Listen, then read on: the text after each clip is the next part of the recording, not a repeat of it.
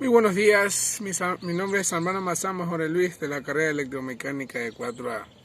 Hoy vamos a hablar sobre cómo calcular una resistencia de una corriente.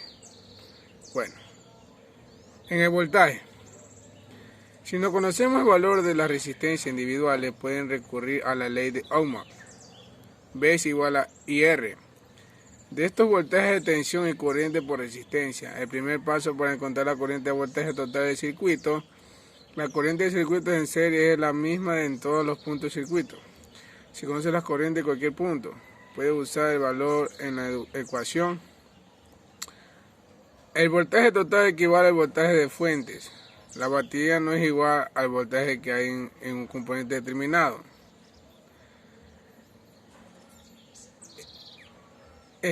Inserta los valores de ecuaciones de la ley de Ohm. Reordena para calcular la resistencia.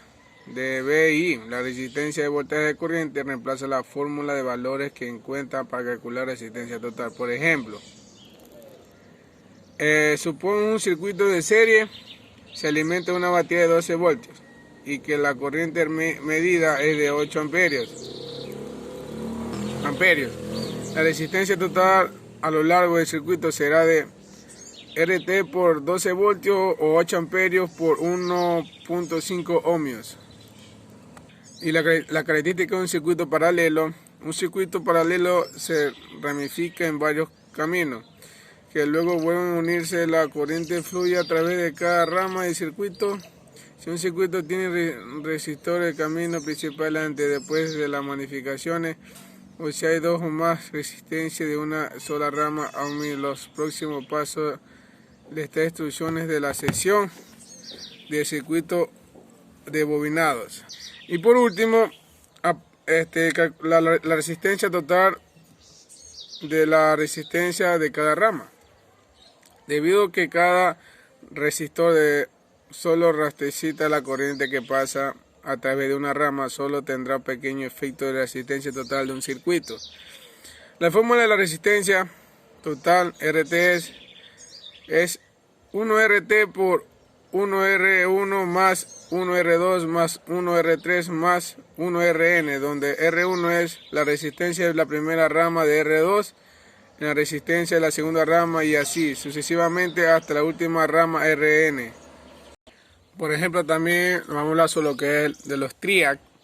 Un triac o un tríodo para corriente alterna es un dispositivo semiconductor de una familia de los tristores. La diferencia de un tristor convencional que este es un unidireccional y el triac es un bidireccional. De forma coloquial podría decirse que el triac es un interruptor capaz de conmutar la corriente alterna.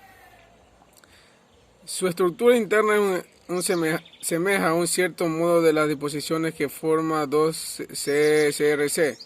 La dirección opuesta posee tres electrodos, MT1, MT2, en este caso piedra de la denominación anodo y captado y puerta G. El disparo del triac se realiza aplicando una corriente electrodo del puerto. Aplicaciones más comunes: su versatilidad de la hace ideal para el control de corriente alterna. Una de ellas es una utilización como interruptor estático, ofreciendo muchas ventajas sobre los interruptores mecánicos y convencionales y los relés. Se utiliza triacs de baja potencia en muchas aplicaciones como están en velocidad, motores eléctricos y en el sistema de control computarizado y muchos elementos caseros.